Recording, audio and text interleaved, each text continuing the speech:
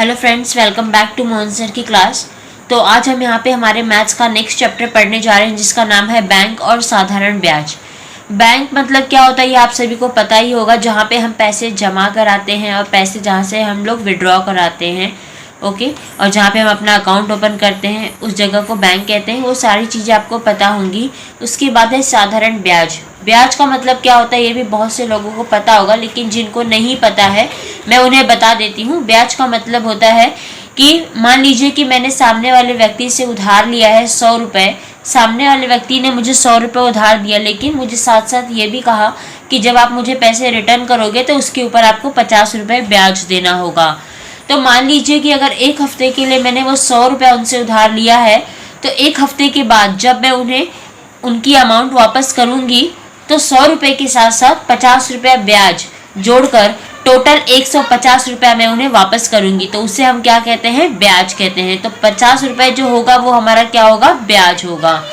ठीक है, तो अब हम बढ़ते हैं आगे हमें यहाँ पे कुछ सूत्र याद करने होंगे, लेकिन सूत्र याद करने के पहले मैं कुछ चीज़ें आपको बताना चाहती हूँ जिसके बेस पे ये सूत्र है। तो सबसे पहले हम यहाँ पे देखेंगे मूलधन। मूलधन के बाद हम देखेंगे दर, और दर के बाद हम देखेंगे समय। मूलधन, दर और समय, ये तीन चीज़ें हमें यहाँ पे देखनी है और समझनी है। तो सबसे पहले मूलधन मतलब क्या होता है? तो अभी जो थोड़ी देर पहले मैंने आपको एग्जाम्पल बताया था कि सामने वाले व्यक्ति से मैंने 100 रुपये उधार लिए हैं। ठीक है, तो वो 100 रुपये वो मुझे देगा, तो वो 100 रुपया जो है वो मेरा क्या हो जाएगा? मूलधन हो जाएगा। उसे हम बोलेंगे मूलधन। उसके बाद सामने वाला व्यक्ति मुझे बोल रहा है ठीक है मैं आपको 100 रुपया तो दे रहा हूँ, लेकिन मुझे इसके ऊपर आपको 2% ब्याज के साथ ये पैसा मुझे वापस करना होगा। मतलब 2% ब्याज लगा के वो मुझे दे रहा है।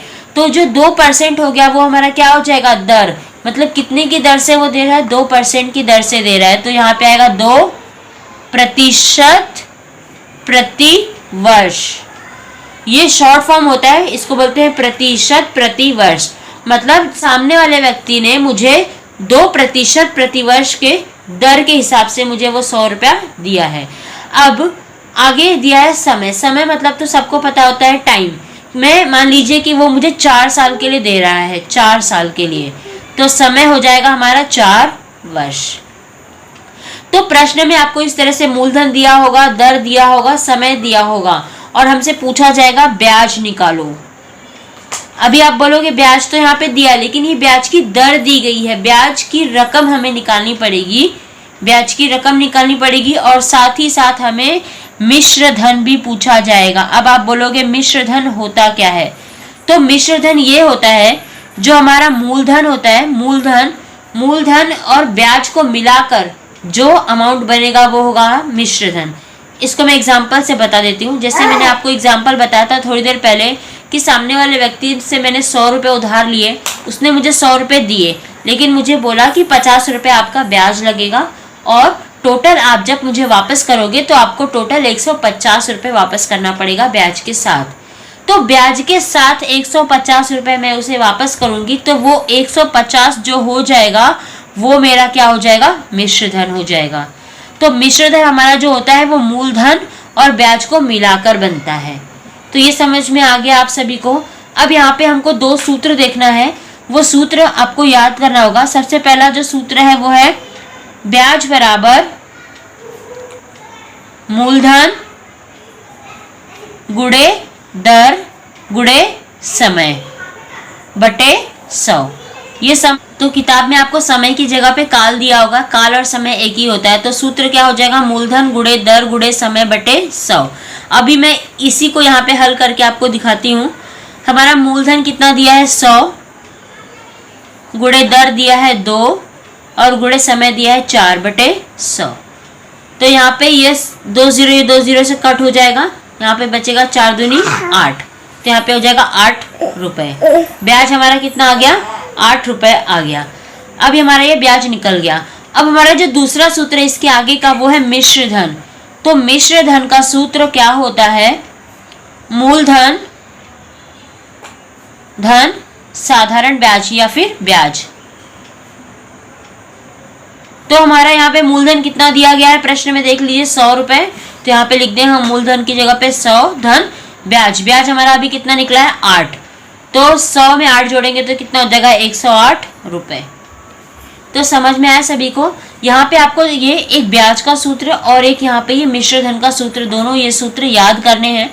ये सूत्र अगर आपने याद कर लिया तो आगे का जो प्रश्न संग्रह है वो आप आसानी से हल कर सकते हो। तो चलिए अभी ज्यादा टाइम वेस्ट नहीं करते और हमारे प्रश्न संग्रह पे बढ़ते हैं। तो हमारा यहाँ पे पहला सवाल दिया गया है, रेहान ने 1500 रुपए पाठशाला की संचयिका में 9% प्रतिवर्ष की दर से 2 वर्षों के लिए जमा किया है। तो अभी यहाँ पे ये 2 लाइन पढ़ने के बाद हमें ये पता चला है क्या क्या हमें यहाँ पे दिया गया है। सबसे पहले 1500 रुपए जो दिया गया है वो हमारा क्या है, मूलधन। उसके बाद में 9% प्रतिवर्ष की दर से, मतलब दर हमारा कितना दिया गया है 9% प्रतिवर्ष, और 2 वर्ष के लिए, 2 वर्ष हमारा क्या दिया है, समय। तो अभी हम लोग इसे यहाँ पे लिख लेते हैं। तो देखिए हमने यहाँ पे लिख लिया, मूलधन हमारा दिया है 1500 रुपए, दर दिया गया है 9% प्रतिवर्ष और समय हमें दिया गया है 2 वर्ष। अब आगे हमसे क्या बोला गया है, अब आगे बोला गया है कि तो समय समाप्ति के बाद उसे कितनी रकम मिलेगी। तो अभी हमें यहाँ पे क्या करना है, समाप्ति के बाद मतलब मिश्र धन भी निकालना है और साथ ही साथ हमें क्या करना है, ब्याज निकालना है। सबसे पहले हम ब्याज निकालेंगे, जब हमारा ब्याज निकलेगा तो ही हम मिश्र धन निकाल पाएंगे, क्योंकि आपको पता है कि मिश्र धन के सूत्र में ब्याज का भी उपयोग पड़ता है। तो चलिए सबसे पहले हम क्या यहाँ पे ब्याज निकालेंगे, ब्याज, और हमें क्या निकालना है, मिश्र धन निकालना है। तो ब्याज निकालने के लिए सबसे पहले ब्याज का सूत्र लगाएंगे कि ब्याज का सूत्र क्या होता है, मूलधन मतलब म गुणे द मतलब दर, स मतलब समय, बटे 100। तो अभी हमारा मूलधन कितना दिया गया है 1500, तो लिखेंगे 1500 गुणे दर हमारा है 9 और वर्ष हमारा 2 है, बटे 100। तो अभी 100 का ये 2 जीरो, 15 की ये 2 जीरो से कट जाएगा, तो क्या बचेगा 15 गुणे 9 दूनी 18। तो 15 में 18 का गुणा हम करेंगे, तो यहाँ पे आप चाहो तो रफली भी कर सकते हो, 15 का 18 में गुणा 8, तो रफली गुणा करने के बाद हमारा उत्तर कितना है 270। तो हम लोग यहाँ पे लिखेंगे 270 रुपए। तो हमारा जो ब्याज आया है वो ब्याज हमारा कितना आया है, 270 रुपए आ गया है। अब हमारा ब्याज निकल गया है, अब हमें क्या निकालना है, मिश्र धन निकालना है। तो मिश्र धन का सूत्र हम लगाएंगे, मिश्र धन बराबर क्या होता है, मूलधन धन ब्याज। तो हमारा मूलधन हमें प्रश्न में कितना दिया गया था 1500, तो यहाँ पे लिख देंगे मूलधन में 1500 धन ब्याज हमारा कितना है 270, तो यहाँ पे लिख देंगे 270। तो 1500 और 270 जोड़ेंगे तो कितना आएगा 0 0, यहाँ पे 7 और 0 7, 2 और 5 मिलके हो जाएंगे 7 और ये 1, 1770 रुपए हमारा क्या आ गया, मिश्र धन आ गया है। तो अभी हमारे यहाँ पे प्रश्न में क्या पूछा गया था, तो समय समाप्ति के बाद उसे कितनी रकम मिलेगी। तो हम जब उत्तर लिखेंगे, शाब्दिक प्रश्नों में जब उत्तर लिखा जाता है तो इस तरह से लिखा जाएगा, तो समय समाप्ति के बाद उसे 1770 रकम मिलेगी। समझ में आया सभी को, बहुत सिंपल है, सिर्फ हमें प्रश्न ध्यान से पढ़ना है। प्रश्न ध्यान से पढ़ने के बाद जो जो चीजें हमें दी गई है वो हमें लिख लेनी है। लिखने के बाद जो चीजें पूछी है वो चीजें हमें क्या करना है, सूत्र लगाकर निकालना है। तो यहाँ पे ब्याज का सूत्र मैंने लगा के ब्याज निकाल लिया, और जब मेरा ब्याज निकल गया तो फिर मैंने क्या किया, मिश्र धन निकाल दिया। तो यहाँ पे मेरा ये आंसर आ गया। अब बढ़ते हैं हमारे नेक्स्ट क्वेश्चन की तरफ।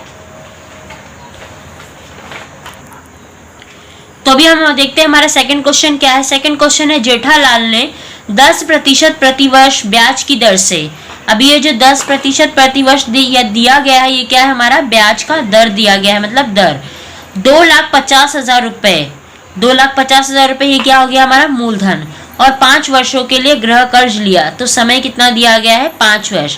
तो जेठालाल ने बैंक से 2,50,000 रुपए का 10% प्रतिवर्ष की दर से 5 वर्ष के लिए क्या लिया है, गृह कर्ज मतलब होम लोन लिया है। तो चलिए जो जो डिटेल हमें यहाँ पे दी गई है वो पहले हम लिख लेते हैं। तो देखिए यहाँ पे हमें मूलधन दिया गया 2,50,000 रुपए, दर हमारा दिया गया 10% प्रतिवर्ष, और समय हमारा दिया गया 5 वर्ष। तो ये 3 चीजें हमें दी गई है। अब आगे हम पढ़ते हैं प्रश्न में कि हमें और क्या क्या पूछा गया है। तो देख लेते हैं प्रश्न में यहाँ पे बोला गया है कि उसे प्रतिवर्ष कितना ब्याज देना पड़ेगा।